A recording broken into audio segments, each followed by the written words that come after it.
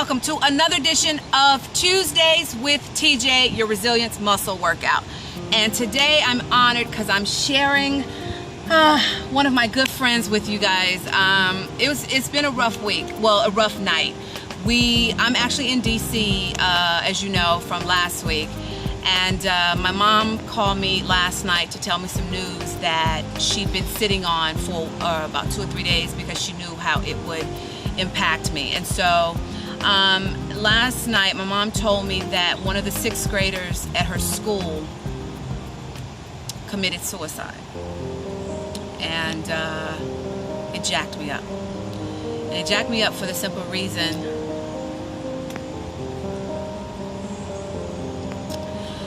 I don't know what, because when I was at home in Jackson, I spoke to students at this school, and I don't know if she was one of the students that I spoke to. It was several students, and the reason why my mom didn't tell me because she knew I was kind of in a very happy place, and she knew that I would start wondering, did I see this baby? Should I have spent more time with her? Should I have hugged her? What could I have done differently? And I'm staying with my friend Denise here in DC, and she heard me sobbing last night, and she came in this morning to see what was the matter, and I told her, a 6th grader, what could be so wrong in a 6th grader's life that makes them want to take their life? So Denise shared her story with me that around 30 years old, she was very close to committing suicide. And I was thinking, to know this woman has created this successful business called the Momentum Institute. To be around Denise in her presence, you are just automatically on fire. And so to try to imagine things being so dark at one point that she really considered ending her life, it's just amazing and baffling to me. And then I began to think that, what if she had been successful? I would have her. Denise drives me, she stretches me, she pulls me, she prods me, she makes me go deeper. And so I just wanted to share this time with her to let you hear her story. So Denise, you told me it was around 30 years old. Yes, it was. It was around 30. I was 30 years old. And you know, you said what could happen at a 12-year-old. It's tragic, particularly because the child is a 6th grader.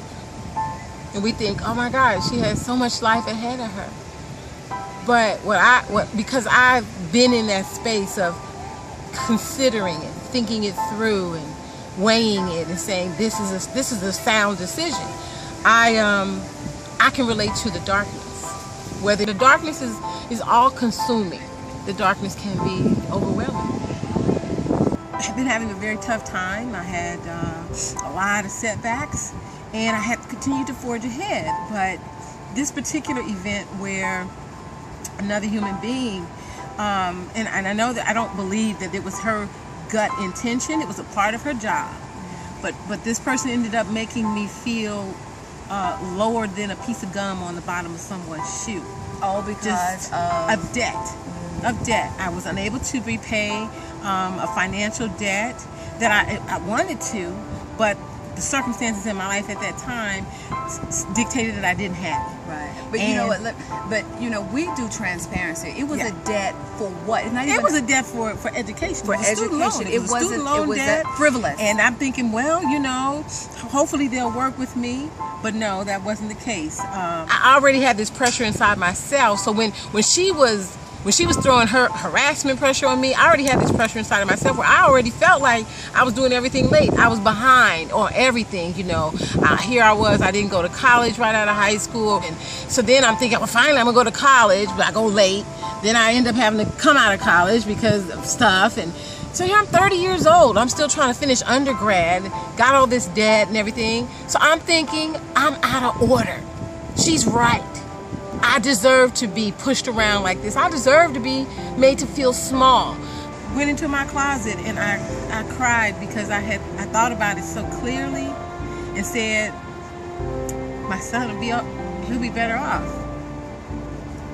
And I believed it. I believed it, and I was going to do it. And I called my girlfriend back home from Nebraska, and she listened, didn't judge me. And really through her support, I was able to see the folly of what I was thinking. And I said, okay, well then what is it? You know, I even started to question God. Because it was so dark, and it just seemed like, this is how I'm supposed to live? This is, it don't feel good. But I was then led to a book called Conscious Loving that I read. And the book just really, it's funny, it's called Conscious Loving because the book woke me up. It was like I was unconscious. And I began to understand that I was a child of God, and I was here for some mission and assignment that I couldn't see crystal clear yet, but definitely there was something for me to make a contribution to the world, to help people in the world in a way I couldn't have imagined what I'm doing now. So will you tell the Tuesdays with TJ viewers? This is the one thing, Denise, I'm so glad you failed that. I'm so glad you failed at that. Oh Me my too. God, I'm so glad you failed. Me too. Will you tell them what the successes have been since that Okay, awakening? now I'm really gonna cry. It's okay, because they know TJ is a blubbering mess a lot of times. Well, I went on to finish undergrad at 32. Immediately went to graduate school, won my first large playwriting scholarship award. Then I went on to found my studio, the Performing Arts Training Studio, premier studio here in Washington, D.C., created a 6-figure-a-year business. It's just absolutely... She said 6 figures. She said 6. That's 1, 2, 3, 4, 5, 6. It's 6 an figures. amazing business. And then the Momentum Institute? Now the Momentum Institute for Women. This place, it's my heart. Yeah. It is my heart. It's a place where it's perfectly okay for women to be unapologetically bodacious. That's the word we like, bodacious. Both personally and professionally. So, and what's the website? So that the website is www.themomentuminstitute.com. Y'all, this is my girl, Denise. She in all her grandness, she still accompanied me to my TV appearances here when I was Sure did. I held the bag. I had the men. I held the camera. Okay, that's enough. You ain't got to tell it all. So anyway, so your resilience workout for the week. It ain't deep, y'all. Y'all know TJ don't really go deep. It's to just keep waking up. And if you find yourself in that situation where things are so dark that the darkness is crushing you, and you find yourself being made to feel this small, to me, I describe that as that is someone else's description of you. Go back to God's definition of you, and He says you are fearfully and wonderfully made, and you are His. So your assignment, please hold on to the other side. I promise you, the darkness is just a season. Think about through history. Darkness does not last forever. I'm a living testimony. At some point, the sun has to come back up. I just need you to hold on till the sun comes up. That's all I have for you this week. Meet me right here next week on Tuesdays with TJ, and hug yourself, like, share, subscribe, all that good stuff. Y'all know I can't ever remember that. But more importantly, just hug yourself for me in a big squishy hug, and know that TJ loves you to death. I'll see you next week. Guys, I have a very special offer for you this week. I just celebrated my 41st birthday, and Denise's 49th birthday is coming up. And in celebration, she is deeply discounting her Get Lifted 3-week teleconference, where you will be coached, guided, and supported to be more clear, confident, courageous, and in action.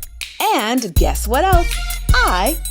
Me, TJ, your resilience coach, will be teaching you how to build your resilience muscle in a deeper diving level, like 90 minutes worth. So for more details, visit www.tuesdayswithtj.com and click on special offers. And I assure you, you don't want to miss it. See you then.